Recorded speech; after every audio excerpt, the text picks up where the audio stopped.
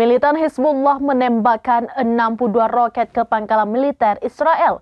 Menurut Hizbullah, serangan kali ini merupakan balasan atas kematian wakil pemimpin Hamas di Lebanon. Dalam pernyataannya, Hizbullah menyebut pangkalan militer yang menjadi target berlokasi di wilayah Meron.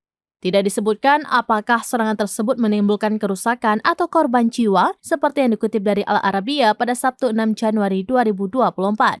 Namun, Israel telah mengkonfirmasi sedikitnya 40 roket ditembakkan dari Lebanon pada Sabtu pagi. Serangan itu memicu sirine peringatan berbunyi di kota-kota besar di Israel Utara. Tidak lama kemudian, militer Israel menyerang balik pos militer Hizbullah di dekat perbatasan. Sebelumnya, Hizbullah telah bersumpah akan membalas kematian wakil pemimpin Hamas, Saleh Al-Arouri.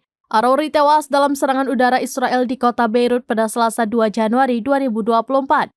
Kematiannya telah mengundang amarah dari sejumlah negara, terutama Lebanon. Perdana Menteri sementara Lebanon, Najib Mikati, menilai serangan itu sebagai ancaman kedaulatan negara.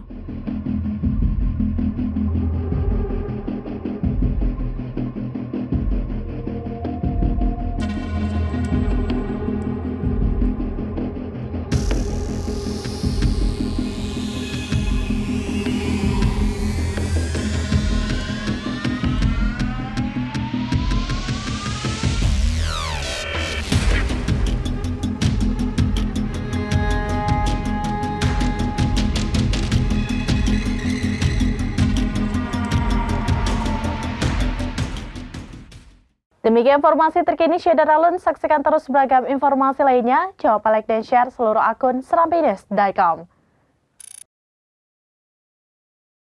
Download Tribun X sekarang. Menghadirkan lokal menjadi Indonesia.